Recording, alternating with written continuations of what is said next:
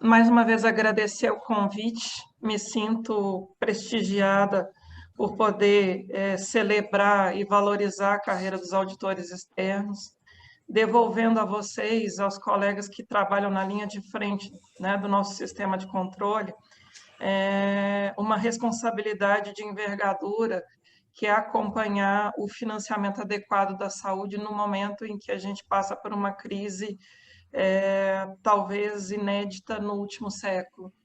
Tamanha a dimensão, tamanha a repercussão e o risco de não darmos conta da pressão que o sistema de saúde sofre nesse momento. Não só porque ele já vinha subfinanciado, mas também porque a gente precisa prezar pela aplicação adequada dos recursos, evitar os desvios. Eu queria falar do financiamento da saúde nesse contexto, trazendo primeiro uma perspectiva histórica e depois atualizando agora, neste momento da pandemia do coronavírus, que é a Covid-19, né? Este novo coronavírus.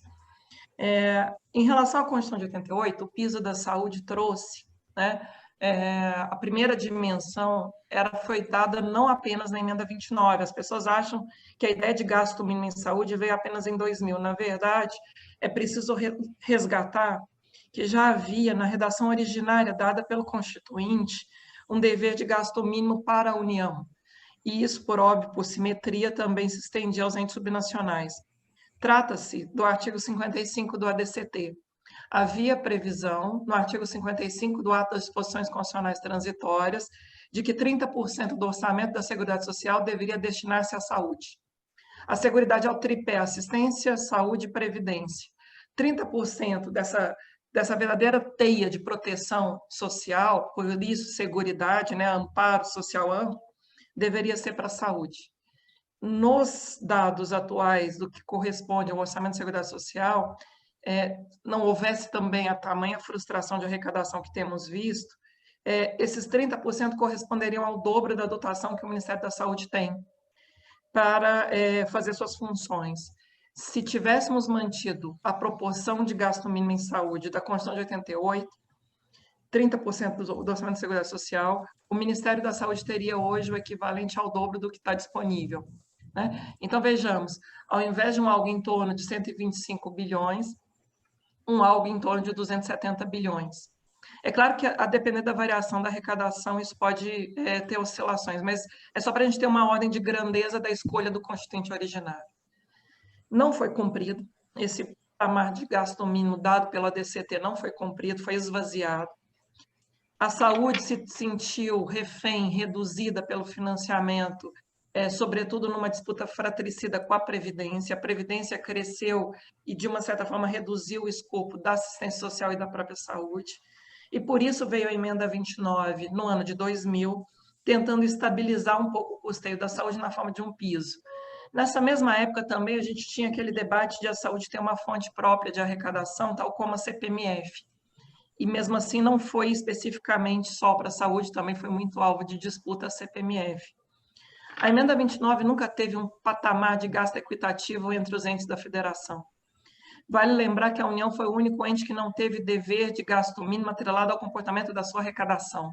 A União aplicava apenas o que era a referência do ano anterior, corrigido pela variação nominal do PIB. Era um piso-teto, né? O que nós academicamente suscitávamos piso-teto. Apenas o montante do ano anterior corrigido pela variação nominal do PIB. Portanto, isso deu espaço para várias manobras, vários esvaziamentos, até mesmo a regulamentação da emenda 29, que era para ter ocorrido 5 anos após a sua edição, portanto, até 2005, só foi acontecer em 2012, com a Lei Complementar 141. E nesse longo intervalo de falta de regulamentação, houve muitas disputas conceituais sobre o que pode ser ou não gasto em saúde. Por exemplo, público de carteira fechada, né? Assistência a servidores públicos, planos de saúde de servidores públicos, hospitais especificamente atendendo a servidores públicos, gastos com saneamento básico, gastos financeiros do Ministério da Saúde, tudo isso era embutido como se fosse gasto em saúde. O Supremo até foi provocado a debater isso, tem um tema de repercussão geral, que é o 818, sobre essa guerra fiscal de despesas na saúde. Alguns estados até hoje nunca cumpriram o piso em saúde, me refiro especialmente a Minas Gerais. O Estado de Minas Gerais nunca executou adequadamente nem o piso de saúde nem de educação, é algo esvaziado, e a União, francamente, regressiva. Né? Aí chega a emenda 86, em 2015, a título de emendas parlamentares impositivas, alterou o piso da saúde, só que estabelecendo um patamar de subpisos francamente regressivos em relação à emenda 29. Era um momento em que a sociedade estava organizando, a própria confederação, a CNBB, várias entidades sindicais, se uniram para aquele movimento Saúde Mais 10. Né? Para quem se lembra, era um movimento em que a sociedade pedia 10% da receita corrente bruta da União para o SUS. Não houve esse patamar, foi 15% da receita corrente líquida em 2015, mesmo assim condicionando subpisos de 2015 a 2020 para chegar só em 2020 a esse patamar. Isso foi judicializado, está nos autos da ADI 5595, nós conseguimos acautelar, mas o governo federal, de forma ardilosa, de uma certa forma, atravessou no meio do processo de debate no Supremo e também já na pressão de um ajuste fiscal seletivo, incidente primordialmente só sobre as despesas primárias, sem enfrentar as renúncias de receitas, sem evidenciar a necessidade de controle sobre as despesas financeiras. O governo federal, no intervalo desse debate que já se dava, inclusive com uma medida cautelar já concedida no Supremo, atravessou a emenda constitucional 95, a famosa emenda do teto do novo regime fiscal, e, portanto, alterou de novo, pela terceira vez, o piso federal em saúde, a partir de 2016. Vejam que agora o piso federal em saúde vai ficar apenas corrigido pela inflação, no equivalente ao que foi o gasto de 2017, considerando a vigência temporal de 2018 a 2036. Né? É como se a União não tivesse nenhum compromisso de verter ao SUS maior volume de recursos, ainda que a população continue a nascer, continue a envelhecer, a inflação específica do setor saúde seja mais alta do que a inflação média geral. E aí a tendência é que haja uma redução paulatina do piso federal em saúde em valores per capita. Né? Se considerarmos a dimensão do gasto em valores per capita, haverá uma profunda redução. E mesmo em relação ao patamar do orçamento total da União. A tendência é que o piso da saúde perca relevância proporcional no custeio total, no orçamento geral da União. E aí alguns autores, como Pedro Rossi e Esther Dweck, fizeram um estudo que chamava pisos deslizantes. Né? O que a emenda 95 fez em relação ao gasto em saúde e em educação é fazer com que ele viesse literalmente aos poucos perdendo sua relevância, caindo, trazendo o patamar do gasto social no Brasil a algo semelhante ao da África subsaariana. Tudo isso é importante fazer como pano de fundo do debate atual da pandemia. O professor Gonçalo Vecina, da USP, e tem sido muito citado pelo próprio Drauzio Varela, diz: sem o SUS é a barbárie. Né? Nós temos aí uma clara perspectiva de que, nesse momento, a defesa do SUS, a estruturação da sua ação pronta, da sua atuação suficiente, é uma condição de mínima garantia de dignidade da pessoa humana, de mínima civilização. Corpos guardados em contêineres frigoríficos, a gente ter um processo de depositar esses corpos em valas comuns, da forma como temos visto em Manaus, e daqui a pouco talvez essa realidade se estenda a todo o país, saturando não só o serviço de saúde, mas também os serviços funerários, mostram bem o impasse em que o Estado está colocado e que todos os auditores de controle externo devem chamar para si como responsabilidade também. Não é cabível falar em restrição fiscal no enfrentamento da pandemia, não é cabível falar em redução do tamanho do Estado nesse momento. Né? A gente precisa, mais do que responsabilidade fiscal como um fim em si mesmo, responsabilidade fiscal como um meio de resguardar o custeio dos direitos fundamentais. A gente precisa fazer esse debate, inclusive conceitual. A que se destina a responsabilidade fiscal? Não é a Constituição que tem que caber no orçamento, é o orçamento que só é legítimo à luz da Constituição. A gente tem que fazer esse debate, inclusive, para mostrar que toda aquela perspectiva que vinha na linha das 3 PECs, a PEC 186, que é a PEC emergencial, a PEC 187, a PEC dos fundos, a PEC 188, que seria a PEC do Pacto Federativo, que traria uma grande redução ainda maior, até mesmo fundindo os pisos da saúde e da educação, na forma do que era o Plano Mais Brasil, que estava sendo debatido no ano passado. Ora, eu lhes pergunto, é possível fundir saúde e educação sem prejuízo à população? É possível a gente chegar num patamar agora de uma pandemia como essa e aceitar que cheguemos ao risco de centenas de milhares de mortes, sem que isso nos avilte constitucionalmente a todos? É esse o debate que está posto. O gasto em saúde precisa cumprir finalidades constitucionais, assim como o orçamento precisa ter essa prioridade. A União é quem mais arrecada. Neste momento de pandemia, é a única que pode se endividar, é a única que tem capacidade fiscal, inclusive, se necessário, de emitir moeda, e que, portanto, eu tenho dito e trago aqui para debate com todos os colegas, se não era o momento de, antes de falar responsabilidade fiscal, a gente não deveria falar em segurança fiscal para manter os serviços públicos essenciais nos entes subnacionais. A União tem responsabilidade solidária na manutenção desses serviços essenciais. É inegável que, neste momento, quem suscita a tese de restrição fiscal, de responsabilidade fiscal, não é racional, não é razoável. A gente tem que gerar um debate, falava disso com alguns amigos na semana passada, semelhante ao que a Lei 8987, a Lei Geral dos Serviços Públicos, ela falava de encampar o objeto. O Estado do Amazonas, por meio da sua Assembleia Legislativa, pediu a intervenção da União no seu serviço de saúde pública, tal como o Rio de Janeiro teve em relação à segurança pública. Pois eu acho que a gente precisa debater em rota de raciocínio semelhante, se não era o caso também de, dada a responsabilidade solidária entre os entes pela execução do SUS, e mesmo mais do que isso, serviço de coleta de lixo nos municípios cuja arrecadação despenca, serviço de segurança pública, serviço de administração prisional, a educação básica obrigatória. Se não é a União aportar recursos para sustentar minimamente a execução desses serviços, a sociedade vai entrar em risco de colapso e anomia, né? A União tem que resguardar não só a transferência de valores para os mais vulneráveis, isso é essencial do ponto de vista da assistência social, mas ela tem que resguardar a continuidade desses serviços públicos essenciais. E não se trata de um pacto federativo esgarçado como tem sido feito, a União liberando dinheiro a conta-gotas numa relação de mendicância política.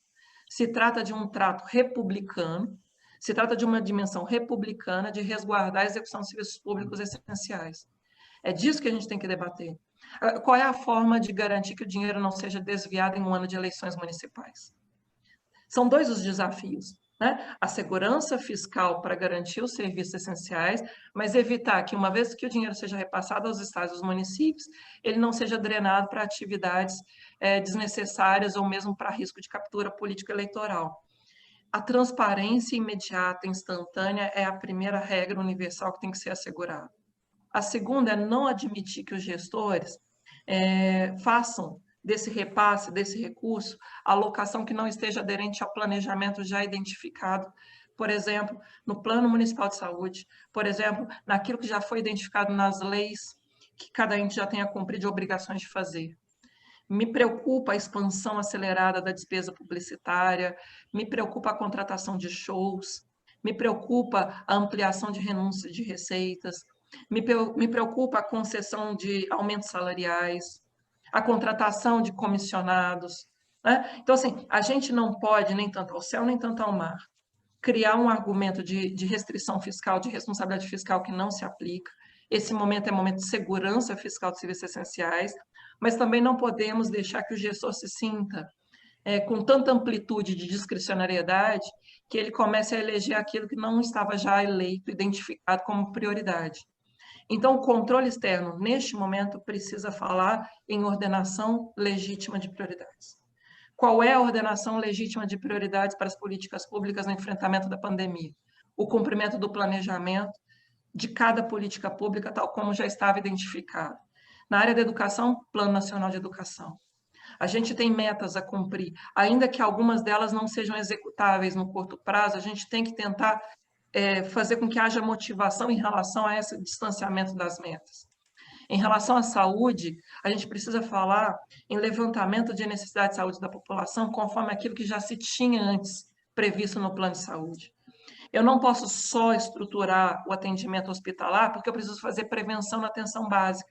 Por isso a gente estava vacinando, fazendo acompanhamento da população mais vulnerável na vacina da gripe comum, né? Então, assim, a gente tem que fazer uma inter-relação, uma integração de ações governamentais que apenas gaste naquilo que é o essencial e que haja transparência imediata, instantânea de tudo. Agora, sem que a União faça um trato patrimonialista de mendicância política com os prefeitos e os governadores. A resposta nesse momento não é nem federal, é nacional. A crise é nacional. O decreto de calamidade pública, ele deveria ter, nós deveríamos considerá-lo como natureza jurídica de um decreto nacional.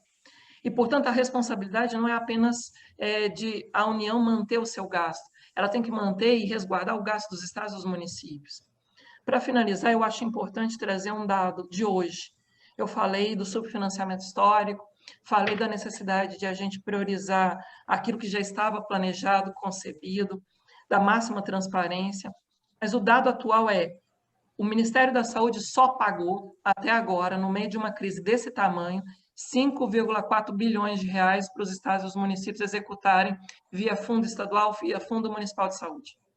5 bilhões, quando o próprio Banco Central já havia liberado, em flexibilização de seus critérios de liquidez, né, do ponto de vista de depósito compulsório e tudo mais de 1 trilhão e 200 bilhões de reais. O próprio Ministério da Economia calcula, do ponto de vista de repasses, para manutenção de emprego, né, de suporte emergencial ao emprego, para a própria questão da assistência social. Ao todo, o Ministério da Economia havia previsto também um volume superior a 1 trilhão de reais, isso sem falar no Banco Central. Como que o SUS, até agora, só recebeu efetivamente e quitou 5 bilhões de reais? O Ministério da Saúde teve créditos extraordinários abertos até agora, no total na casa aí de 20 bilhões de reais. E pagou apenas 5 bilhões de reais. É para vocês verem que a disputa por prioridades, uma coisa é o discurso, outra coisa é a prática. Embora tenha falado em mais de 1 trilhão de reais em várias linhas de ação, para o SUS, efetivamente, 20 bilhões. E pago, do ponto de vista de despesa paga, só 5 bilhões. Na linha de frente, quem tem mais executado velozmente, ampliado a ação, são os estados e os municípios, cuja receita está despencando. Então, é essa iniquidade federativa que tem que ser pautada, inclusive, do ponto de vista de por que o dinheiro não chega. E por que não chega na velocidade necessária, na quantidade necessária. Me parece, inclusive, uma letargia, uma omissão deliberada para capturar, para estrangular, para asfixiar fiscalmente os entes subnacionais, que são quem tem trazido alguma racionalidade, alguma perspectiva mais científica para esse debate. São essas as minhas provocações iniciais. Mais uma vez, agradeço imensamente o convite. Espero que os auditores de controle externo assumam para si o desafio do controle da máxima transparência, do controle desse caminho do dinheiro na sua ordenação legítima, conforme o planejamento setorial. E espero que nós nos unamos todos para apoiar a sociedade, sobretudo a população mais vulnerável nesse momento. Permaneçamos todos em casa, mas de casa trabalhamos muito pela sociedade. Obrigada mais uma vez. Obrigado.